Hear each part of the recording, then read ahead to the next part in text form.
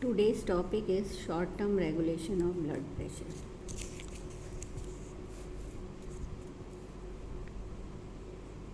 Short-term regulation of blood pressure.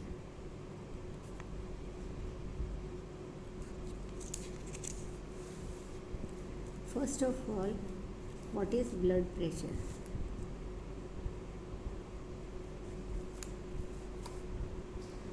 Blood pressure, as we define, it is a lateral pressure. Blood pressure is the lateral pressure which is exerted by the moving blood column on the wall of vessel. Blood pressure is the lateral pressure and its normal average value, if we take, that is 120 by 80 millimeter of mercury. Then what is the mean pressure?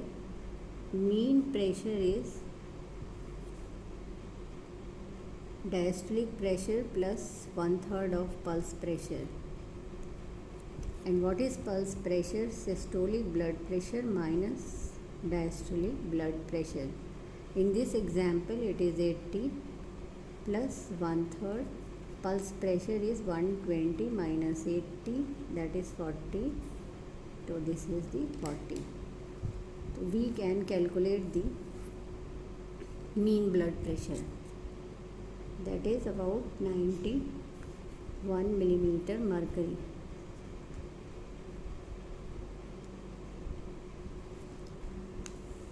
Then short-term regulation, as we know, it is the neural regulation. It is the neural regulation. And what is the time duration in which it acts? That is the within a minute. Within a minute, it is the duration on which it acts. In our daily day-to-day activity, it acts. Then what is a reflex? As we know, reflex is a basic reflex is a part. There is a stimulus, then receptors. Stimulus, it may be any external or internal environment in the form of mechanical, chemical, thermal. So that are the stimulus, and receptors are mainly the free nerve endings which are responsible for taking the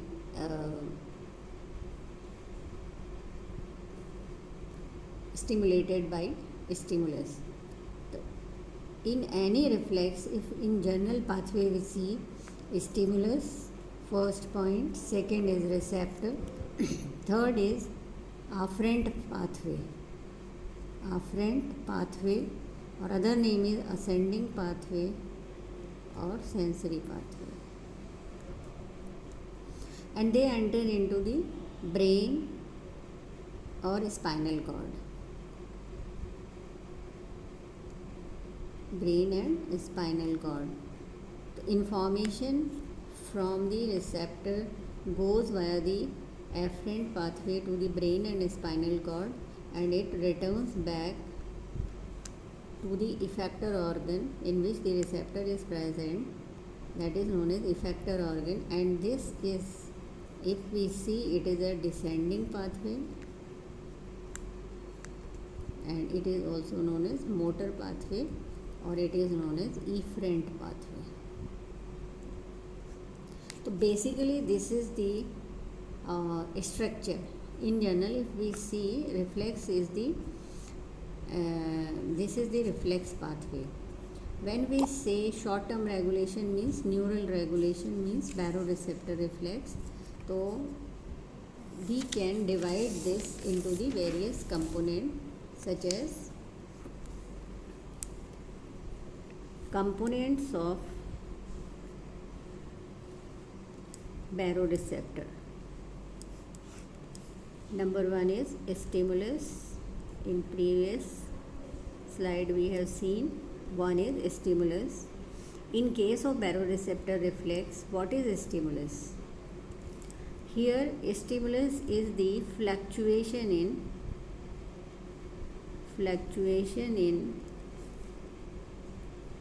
mean arterial pressure. Fluctuation in mean arterial pressure means if there is any change, increase or decrease, then baroreceptor is responsible to take it within normal range. Second step is the receptor. Second point is receptor. In case of baroreceptor reflex, what are the receptors? They are known as baroreceptor, which sense the change in pressure. They are known as baroreceptors. And what are the location of these baroreceptors? These receptors are present in whole heart, high volume. They detect the high pressure and low pressure changes, and mainly they are present on the wall of carotid sinus and aortic arch. So these are the location of the baroreceptors. And what are the baroreceptors? They are stretch receptor. When there is an increase in blood pressure, then these baroreceptor, which is present in the wall of carotid sinus and aortic arch, and they stretch. When pressure increases, then these receptors stretch and firing increases. As the pressure increases, firing increases. Then what further question comes, what is the location of carotid sinus? If we see what is the location of carotid sinus, the carotid sinus is the dilated portion of internal carotid artery. If we see, there is a common carotid artery, and that is divided into external and internal carotid artery, and base of internal carotid artery is dilated. This is known as carotid sinus. From here a nerve originates, that is known as ninth nerve or sinus nerve.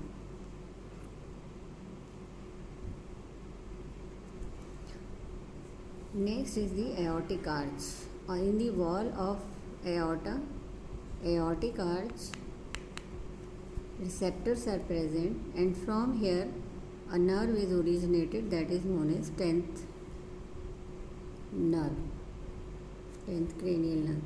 So the component first is stimulus receptor, second is ascending pathway or the sensory pathway. If we see sensory pathway, third is sensory pathway. These are two in the form of two nerve, that is ninth glossopharyngeal nerve and 10th is the vagus nerve, and they are also known as buffer nerve. Buffer nerve, because when pressure is increases, these nerve is responsible, which take the information to the higher centers and normalize the pressure, and when pressure is decreases, then they normalize. So it is also known as buffer nerve. And these nerve enter into the medulla, and regulatory center of cardiovascular system is the medulla. So these sensory nerve, 9th and 10th cranial nerve, enter into the medulla, and fourth is the descending pathway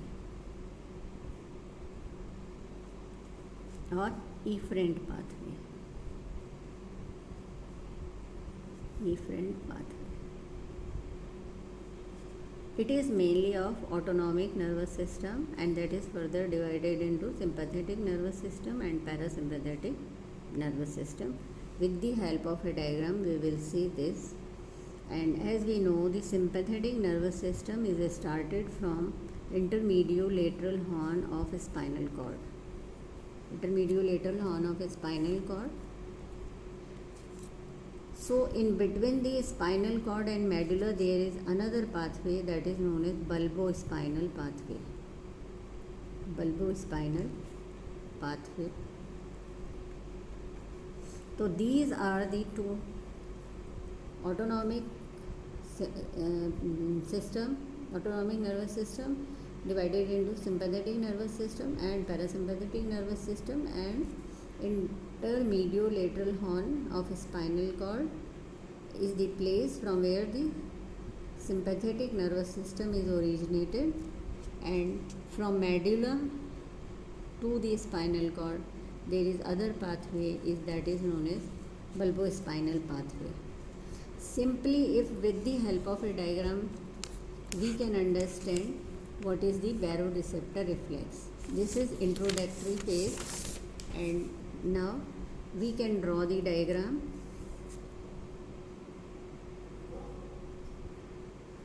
So, when we draw the diagram, first of all carotid, aortic arch and carotid sinus, we have to draw both.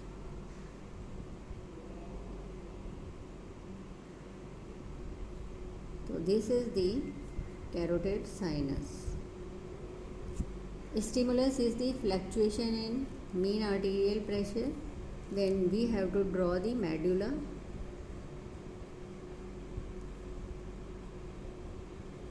And in medulla there is a NTS, that is known as nucleus tractus solitarius.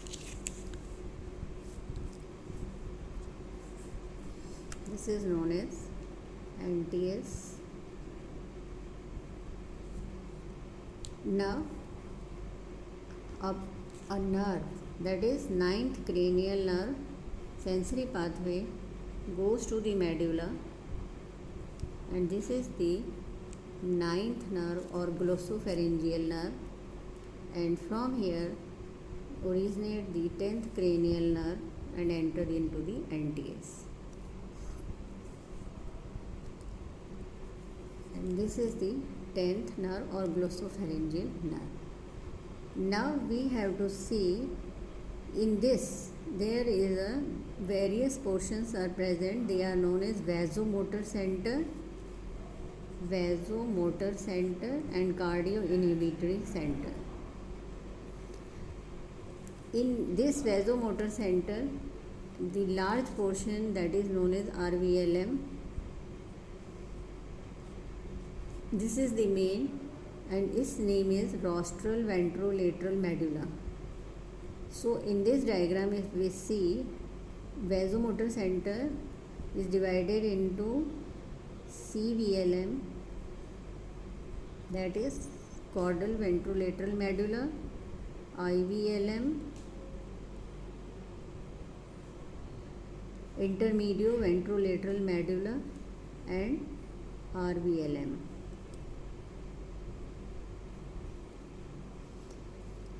There is an order of neurons present, the NTS, and this is bilateral, like this, it is present here in the medulla.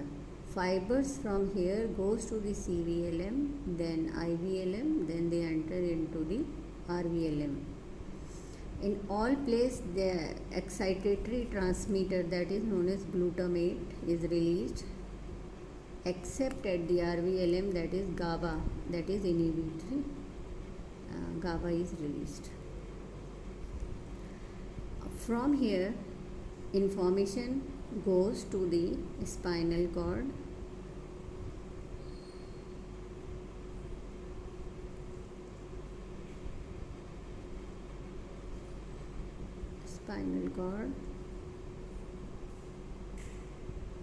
and there is horn, ventral and dorsal horn and intermediolateral horn. Fibers from RVLM come to the intermediolateral horn of spinal cord. Intermediolateral horn of spinal cord. Fibers from RVLM enter into this intermediolateral horn of spinal cord. As we all know, near the spinal cord there is a sympathetic chain ganglia.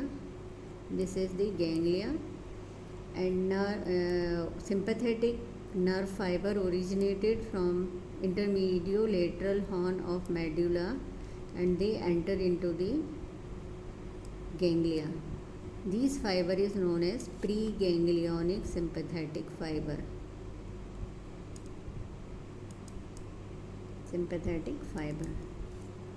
And from here, suppose this is the heart,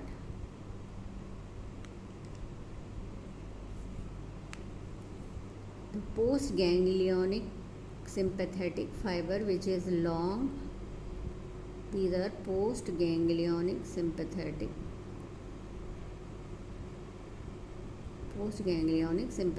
fiber.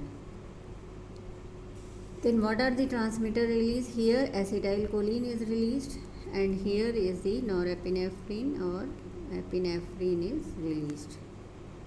Adrenaline, noradrenaline, they are released. And what are the function of this? Increase heart rate, increase force of contraction, and vasoconstriction. And increased heart rate is known as positive chronotropic action, and increased force of contraction is known as positive inotropic action.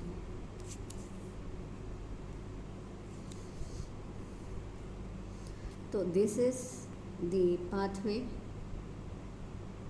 If we see origin of the parasympathetic nervous system, this is the sympathetic nervous system. If we see then on the parasympathetic system, that is known as cardioinhibitory system, divided into NTS, dorsal nucleus of vagus,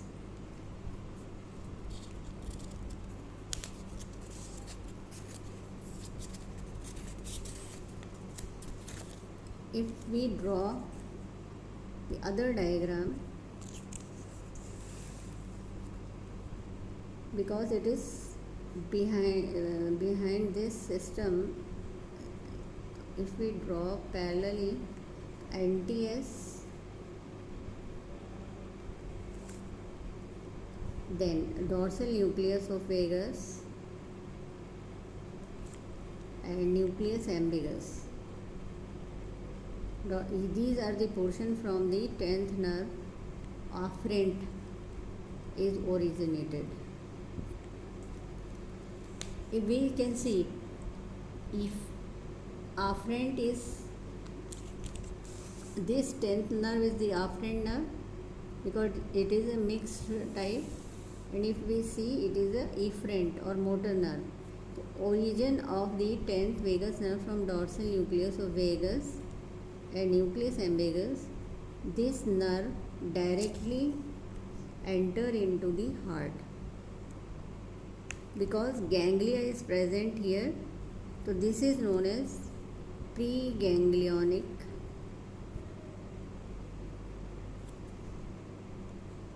parasympathetic fiber, and this is known as postganglionic parasympathetic fiber.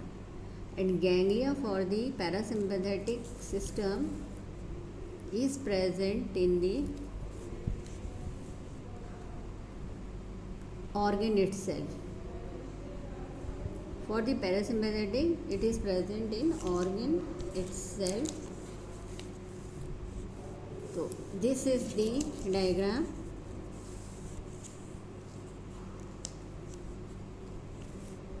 Baroreceptor reflex.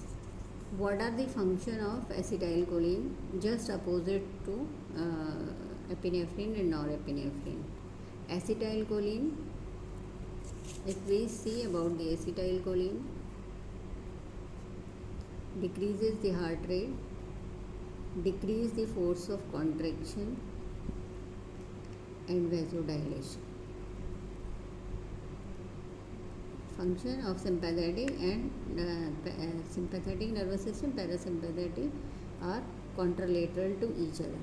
So this is the baroreceptor reflex pathway. Now we can understand the mechanism of action of this pathway.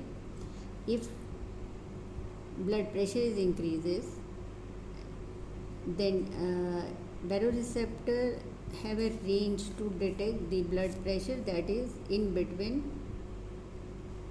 60 to 180 millimeter mercury.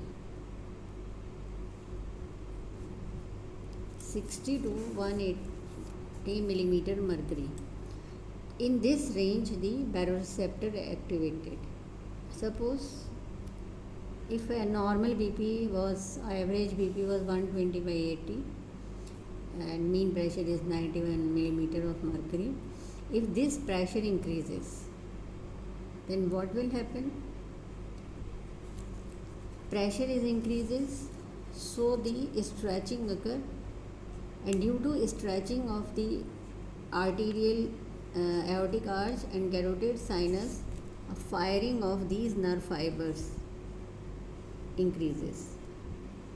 This is known as firing is increases. When firing increases, then more number of glutamate is released. More number of glutamate is released. Finally, it releases more GABA at the site of vasomotor center or RVLM. When the GABA is released and it is inhibitory, so it decreases the sympathetic tone. Vasomotor center directly control the sympathetic tone. When sympathetic activity is decreased, then heart rate is decreased, force of contraction is decreased, and vasodilation occur. And as we know the formula for blood pressure is equal to cardiac output into peripheral resistance, and cardiac output is equal to stroke volume into heart rate. Stroke volume into heart rate. What happened? Heart rate is decreased, force of contraction means stroke volume is decreased, finally cardiac output is decreased, and vasodilation means peripheral resistance is decreased, so blood pressure is decreased. How this with the help of baroreceptor the blood pressure is regulated. In this case, when the blood pressure is increased, then stepwise if we see, firing increases and this releases the GABA at the vasomotor center, that is RVLM, and from this GABA it inhibits the sympathetic tone, and sympathetic tone is decreased. That means heart rate is decreased, force of contraction is decreased, and vasodilation occurs. And in case of parasympathetic stimulation,